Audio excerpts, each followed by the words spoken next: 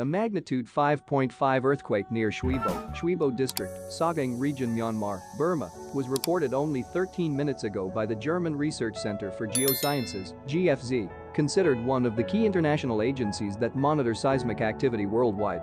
The earthquake occurred at an intermediate depth of 149 kilometers beneath the epicenter early morning on Friday, September 30, 2022, at 4:22 a.m. local time.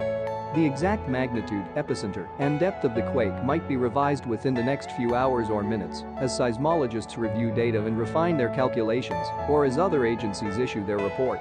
A second report was later issued by France's Réseau National de Surveillance Sismique, RéNaSS, which listed it as a magnitude 5.5 earthquake as well. A third agency, the European Mediterranean Seismological Center, EMSC, reported the same quake at magnitude 5.6.